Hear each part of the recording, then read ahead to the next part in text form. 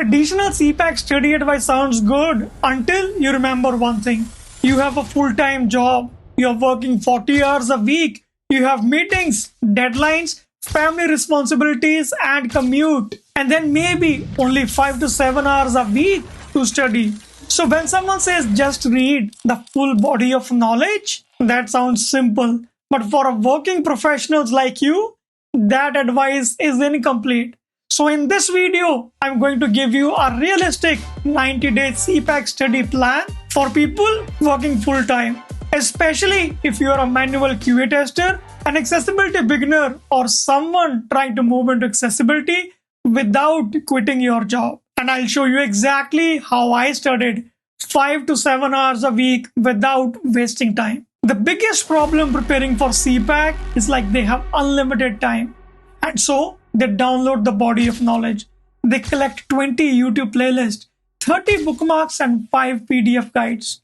They feel incredibly busy. And then 2 weeks later, they still don't know what actually matters to the exam. When you're working full-time, you don't need more resources. You need simplicity. You need a proven plan that fits your life. But before we get into the plan, I need to call out the most common trap I see QA testers fall into when preparing for CPACC. They overstudy WCAG. I know, that sounds counterintuitive. You are a QA tester, WCAG is your world. But here is what most people miss. CPACC is not a coding exam. CPACC is an accessibility thinking exam. CPACC does not test whether you can audit a page. It tests how you think about disability, about barriers, about inclusion, about the system and the laws and design philosophies. And that is a much wider canvas than most of the QA testers expect. So if you have been spending 80% of your time prepping WCAG success criteria, I need you to pause and adjust your approach. CPACC is divided into 3 domains: disabilities and assistive technologies. That's 40% of the exam. Accessibility, usability, and universal design, another 40%. Standards, laws, management, the remaining 20%. Now, these domain names sound reasonable until you actually study them and realize there's a lot of overlap, a lot of subtopics, and no obvious starting point. So, I have organized them into 5 practical study buckets that makes learning easier. Bucket 1. Disability models, disability types, and barriers. Bucket 2. Assistive technologies and adaptive strategies. Bucket 3. Accessibility, usability, accommodations, and universal designs. Bucket 4. ICT accessibility and WCAG concepts. And finally, Bucket 5. Covering laws, standards, policy, and accessibility management. These 5 buckets become your compass for the next 90 days. Everything you study must map back to one of them. The entire 90-day plan has 3 chapters: foundation, application, and revision. That's it. That's the whole structure. Month 1, you focus on building the foundation. Month 2 is when you apply it.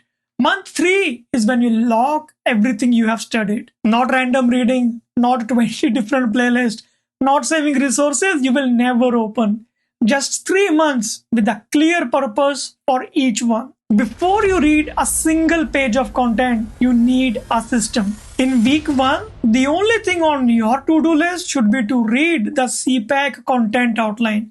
Not the full body of knowledge yet, just the content outline. Read it once, all the way through. You're not studying yet, you're mapping the territory. Then build a simple study tracker with 5 columns.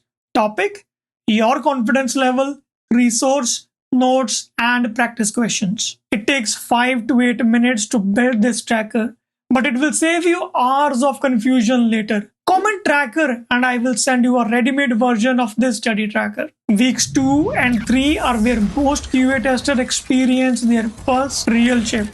You are going to study disability models, the medical model, the social model, the functional model. Then you are going to go through each major category of disability: physical, sensory, cognitive, mental health. And for each one, you will map out the barriers they create, the technologies that help, the design decisions that make a difference. But here's what I want you to really hold on to during these 2 weeks. In normal QA testing, the question you ask is, does this feature work? In accessibility, the question becomes completely different. Works, but for whom? Under what conditions? With what barriers? Using what technology? And with what level of independence? That question, that shift in thinking is the foundation of everything CPACC is testing you on. It's not just an exam topic, it's how accessibility professionals see the world. Week 4, assistive technologies. And I want to be very clear here. This is broader than just screen readers. Most QA testers go into this week thinking, I know screen readers, I'm fine. But CPACC covers screen magnifiers, braille displays, switch devices, alternative keyboards, voice recognition, and much more. And for each one, you need to understand what it does, who uses it, and what barriers arise when products don't support it. You don't need to be an expert, but you need the full picture. Week 5 rounds out your foundation with something that doesn't feel like studying in the traditional sense. But it is one of the most tested areas in the exam: adaptive strategies. How people with disabilities navigate environments and technology on their own terms. And respectful interactions, the language, etiquette, and professional approach that reflects the values CPACC is built on. This week will also prepare you for scenario-based questions, which brings me to something important. Month 2 starts with the topic that confuses almost every CPACC candidate. And it's not even the hardest content in the exam. It's the terminology cluster: accessibility, usability, universal design, inclusive design, reasonable accommodation, disability disclosure. These terms overlap. They are related but distinct. And the exam will absolutely test whether you know the difference. Definitions help you recognize the term. Scenarios help you pass the exam. Write that down if you're taking notes. Because this is how you actually study this cluster. Not by memorizing definitions in isolation, but by practicing them inside realistic scenarios. Week 8 is where QA testers often breathe a sigh of relief. Because you're back on familiar ground. ICT, accessibility, WCAG concepts, the PORE framework, captions and transcripts, keyboard access, color contrast, labels, and focus order. You already know a lot of this. The exam asks you to apply it conceptually, not technically. Remember, CPACC does not test whether you can write WCAG compliant code. It tests whether you understand why these principles exist and what barriers they address. Keep that in mind when you are studying. Week 9 is when it takes you out of your comfort zone. CPACC covers physical accessibility too, universal design for learning, accessible documents, multimodal access, service accessibility. This isn't just filler content, it's a significant chunk of the exam. And it reinforces the broader worldview CPACC is asking you to adopt. Accessibility isn't just about websites, it's about how the world is designed for everyone. Week 10 is one of the most misunderstood areas of the exam. Not because it's the hardest content, but because candidates confuse things that are actually distinct. Let me give you the 4-way split to make it easier. A law creates legal obligations. A technical standard defines measurable requirements. A policy defines what an organization commits to. And a procurement requirement determines what products or vendors an organization can buy from. So, ADA is a law. Section 508 is a law with technical requirements attached. EN 301-549 is a technical standard. WCAG is a technical standard that gets referenced by laws and standards. These distinctions matter. The exam tests them directly. Week 11 is where the exam stops testing what you know and starts testing how you think at an organizational level. Governance, procurement, policy development, maturity models, accountability structures. It teaches you how accessibility gets embedded into an organization, not just at a technical requirement, but as a cultural and operational commitment. I know This can feel useless, but here's why it matters for your career. The testers who understand governance becomes more valuable than the testers who only runs the tool. This is the week that starts separating accessibility professionals from accessibility testers. So study it seriously. By week 12, you have done the hard work. Now you test yourself. Get the official IAP sample questions. Go through every practice resource you can find and keep an error log. Every question you get wrong gets logged with three things: the topic, why you got it wrong, and the correct reasoning. Your wrong answers are not failures. They are your study roadmap. Comment CPACC sample questions and I will send you my 100 CPACC practice questions to help you prepare. Week 13 is not a cramming week. It's a consolidation week. 3 days before the exam, review only your weakest domain. 2 days before the exam, review your error log only, no new content. And the day before the exam, do a light review, no new resources again. Check your laptop and internet connectivity. Your desk must be empty. You are allowed to have one empty sheet and a pen. During the exam, read every question carefully. Flag questions you are unsure of and come back. Don't spend more than 3 minutes on a question. And when you are not sure which is the right answer, try this tiebreaker rule. The best answer is usually the one that supports accessibility, inclusion, independence, dignity, and equal participation. Let's be brutally honest here.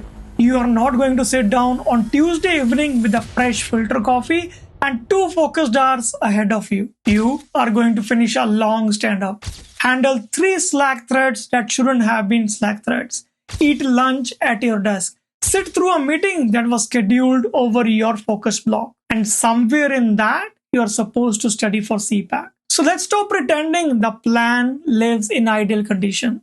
Let's build it for the week that you actually have. Here's how I would spread 5 to 7 hours across a real working week. Saturday morning, 90 minutes.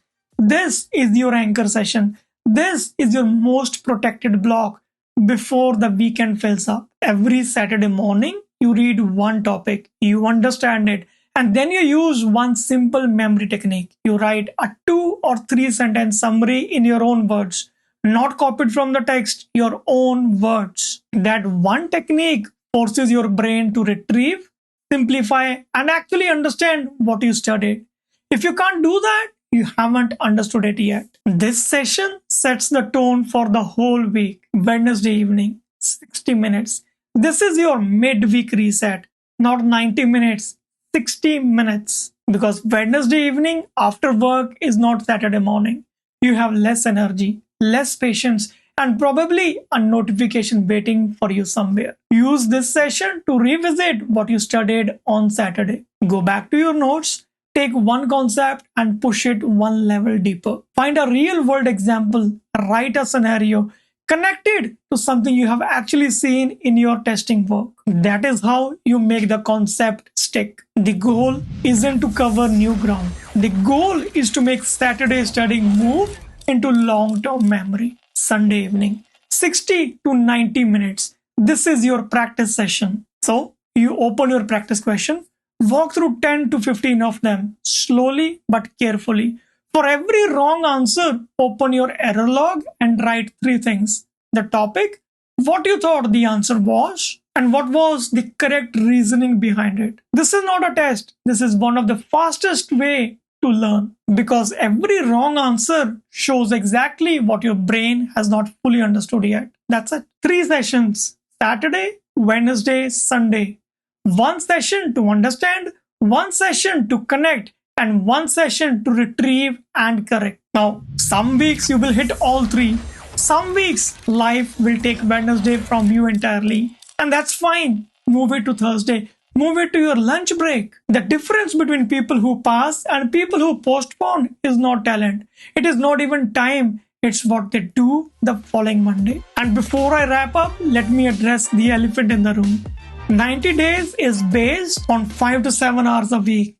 And that might not be your reality. So here's the honest breakdown. If you invest 3 to 4 hours a week, it takes 125 days. 5 to 7 hours a week takes 90 days. 8 to 10 hours a week will get you in 60 days. 10 or more hours a week with accessibility basics, 45 days. If I had to recommend one row for most working QA testers, it's the 90-day row. Not because it's the fastest, because it's the most sustainable. And sustainability is how you actually finish. You're not just preparing for an exam, you're learning how to think like an accessibility professional. So, can you pass CPACC in 90 days while working full-time? Yes, but not by studying randomly, not by reading the body of knowledge like a novel, and not by pretending you have unlimited time. Are you planning to take CPACC in the next 90 days? Drop CPACC in the comments below and tell me how many hours a week you are planning to study. I read every single comment. And if you know a QA tester who has been putting this off because they think they don't have enough time, share this video with them, because one share could change the direction of their career. This is Param Singh signing off.